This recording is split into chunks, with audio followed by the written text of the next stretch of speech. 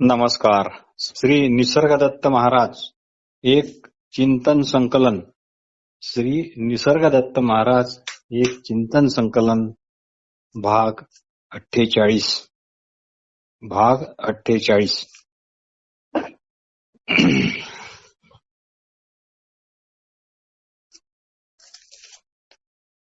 श्री निसर्गदत्त महाराज म्हणतात, जसा जसा शुद्ध असलेपणाचा भाव तीव्र होतो तसा तसा तो स्वानंद स्वरूपी लीन होतो व हे लीन होणे पण इतके तीव्र असते की आनंदपणा सुद्धा त्यात विरून जातो. पण याकरता आपण जे नाही ते आपण स्वतःला का समजतो याच्या मुळाशी जाण्याची कळकळ पाहिजे.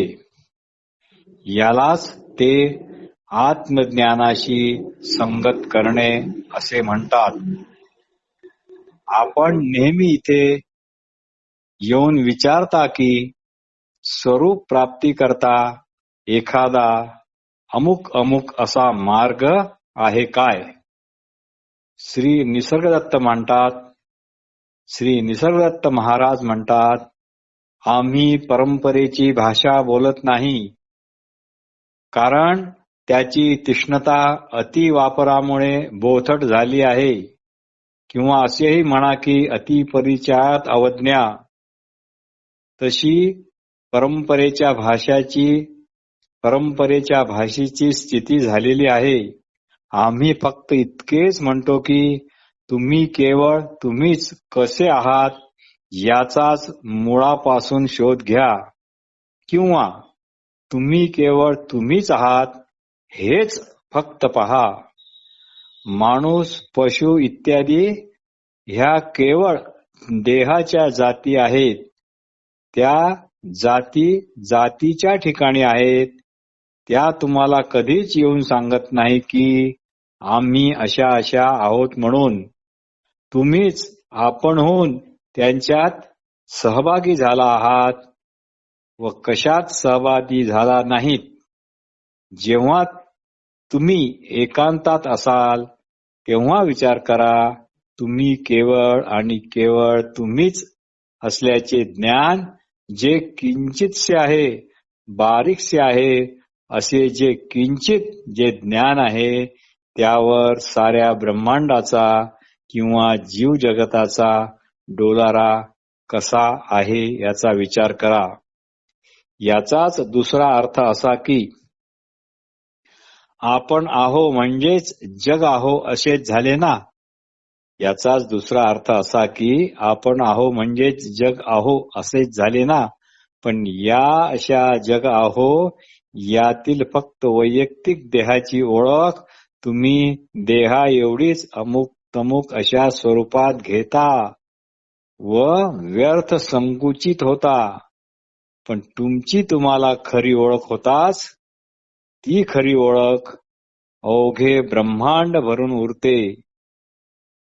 तूच आहेस, इथे दुसरे असे काही नाही. यातच अवघे जग मोहरलेले आहे. तू केवळ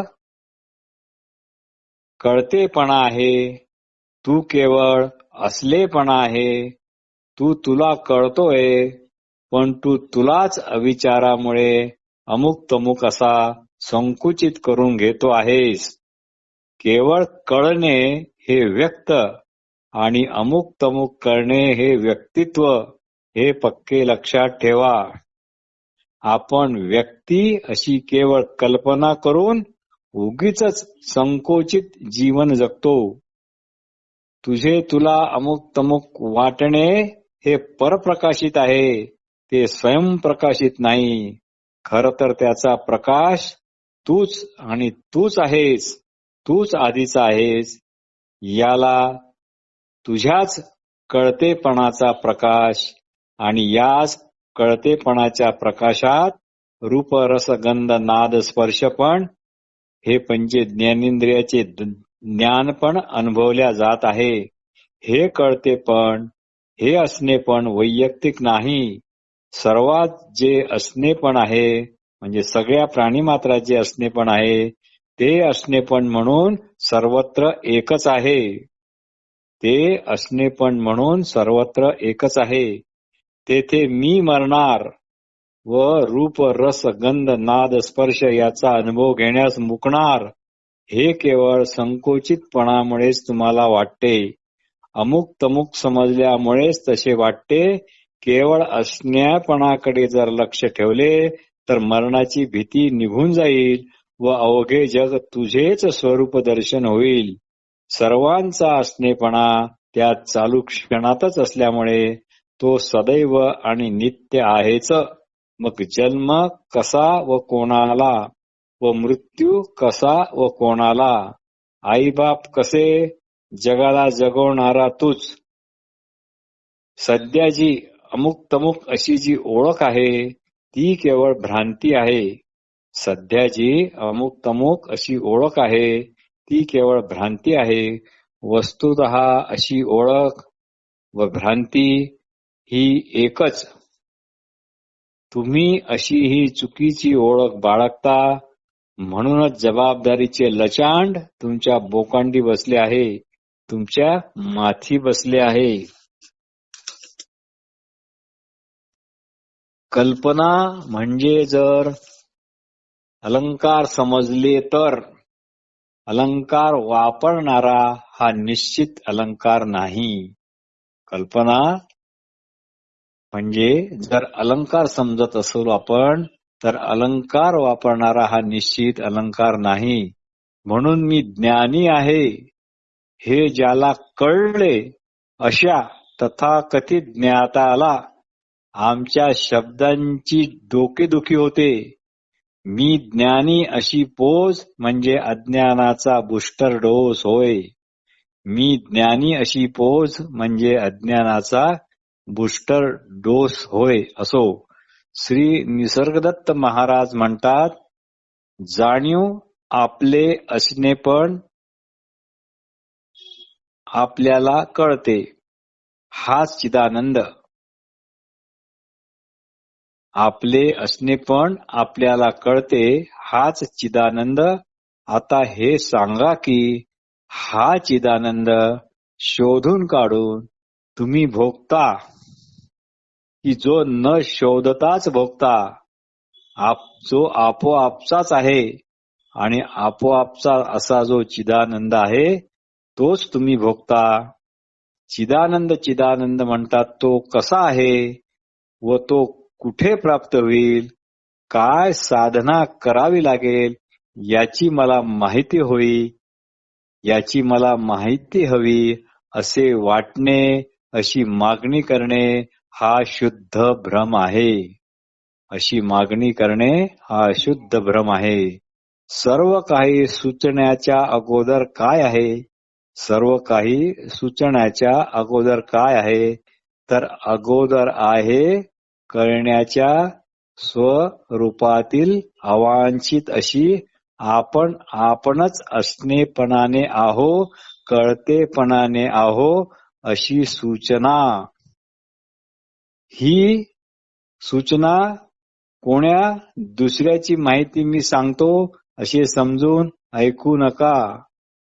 आम्ही तुमचीच माहिती किंवा तुमचीच आमची अशी आपलीच माहिती सांगतो आहे.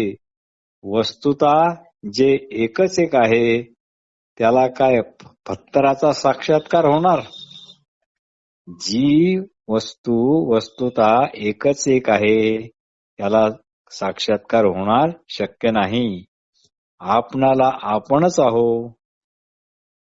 केवळ असणेपणा हा त्याच्या मुळाशी आहे हे आपल्याला सहन होत नाही, त्याची आपल्याला भीती वाटते. म्हणून आपण अमुक तमुक असे स्वतःला समजून त्याच्या आड लपतो. पण आपण फक्त आणि फक्त आपणच आहो. हे कधी सहन होईल? तर असणेपणात राहण्याचे धैर्य दाखवाल तरच. पण आपण फक्त आणि फक्त आपणच आहोत हे कधी सहन होईल? तर असणेपणात राहण्याचे धैर्य आपण दाखवू तरच. अमुक तमुकचे ओझे म्हणजेच देह म्हणजेच मी हा गैरसमज. ह्या गैरसमजाचे ओझे किंवा लोडणे का वागवता? आजकाल मनाच्या पलीकडे जा, मनाच्या पलीकडे जा असे एक खूळ फार माजले आहे. पलीकडे अलीकडे हे केवळ शब्द आहेत. मानवाची सर्वात मोठी चूक म्हणजे हे पलीकडे जाण्याचे फॅड होय. मानवाची सर्वात मोठी चूक म्हणजे हे पलीकडे जाण्याचे फॅड आहे.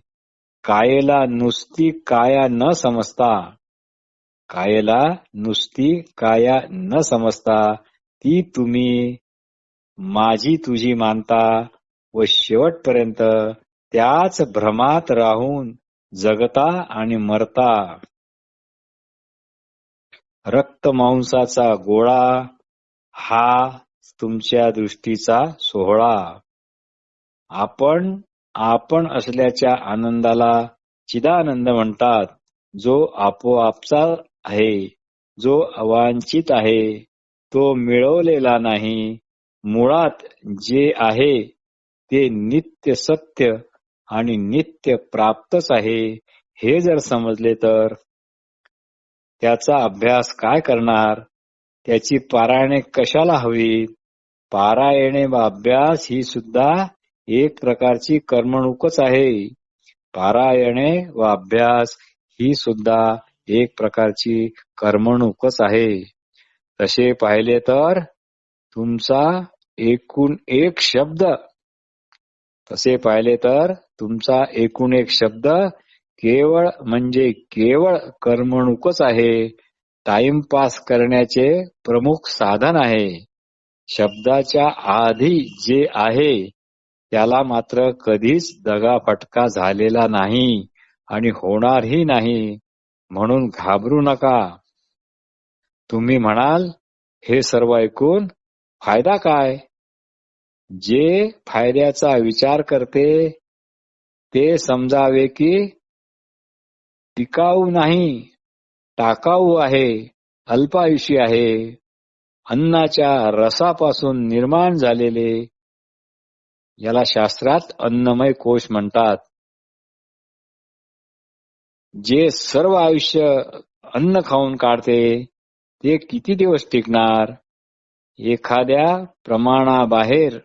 एखादा जर प्रमाणाबाहेर जिवंत राहिला तर त्याचे काय हाल होतात हे सर्वांना माहीतच आहे. तात्पर्य स्त्री पुरुष असे देह हे वस्तुतः अन्नाच्याच वेगवेगळ्या आकृत्या आहेत. पुढे मृत्यू पावल्यावर आपल्याला जाळतात किंवा गाडतात. हे ठीक आहे. जर गाडणे आणि जाळणे हे जर संस्कृतीत आपल्या नसेल तर काय होणार? जंगली श्वापदे किंवा कुत्र्या मांजराच्या तावडीत आपले प्रेत पडेल आणि ते आपल्याला पूर्ण खाऊन सकाळी शौचाद्वारे बाहेर पण फेकू शकतात. हे पक्के लक्षात ठेवावे. म्हणून स्त्री पुरुष खोटे, फक्त अन्नाच्या आकृत्या खऱ्या. सुप्रसिद्ध इटालियन सिने अभिनेत्री, तिचा टू वुमेन हा अतिशय गाजलेला चित्रपट आहे. तिला एकदा तिच्या सौंदर्याचे आणि शरीर सौष्ठवाचे रहस्य एका सिने पत्रकाराने विचारले तेव्हा ती म्हणाली, हे शरीर म्हणजे केवळ पास्ता आहे. हे शरीर म्हणजे केवळ पास्ता आहे. तेच खाऊन खाऊन मी राहते. हे शरीर हे पास्ताच समजा. असो. तात्पर्य अशा या अन्नाच्या आकृत्या इकडे तिकडे भटकत आहेत, गर्दी करत आहेत.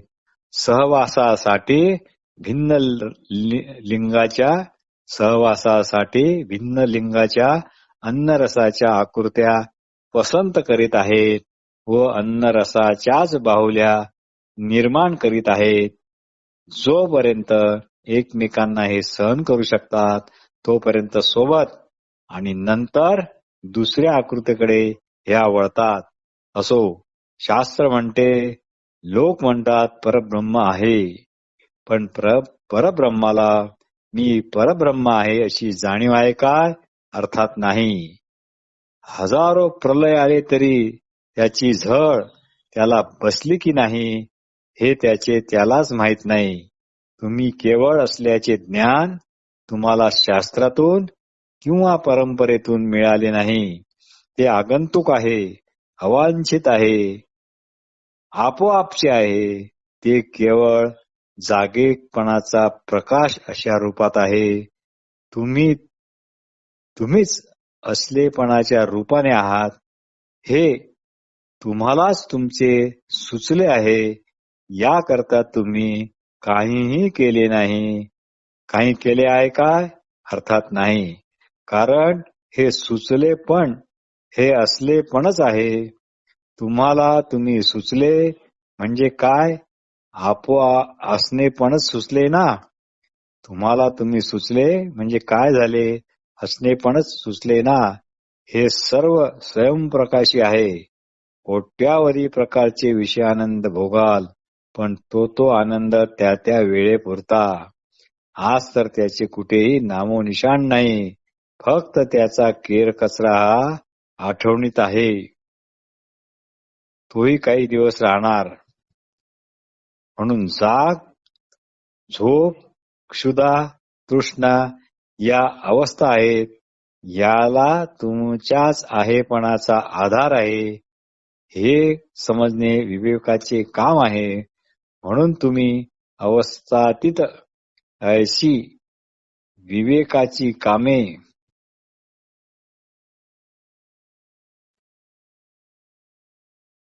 म्हणूनच तुम्ही अवस्थातीत ऐशी विवेकाची कामे भ्रमी नये भ्रमे. नमस्कार.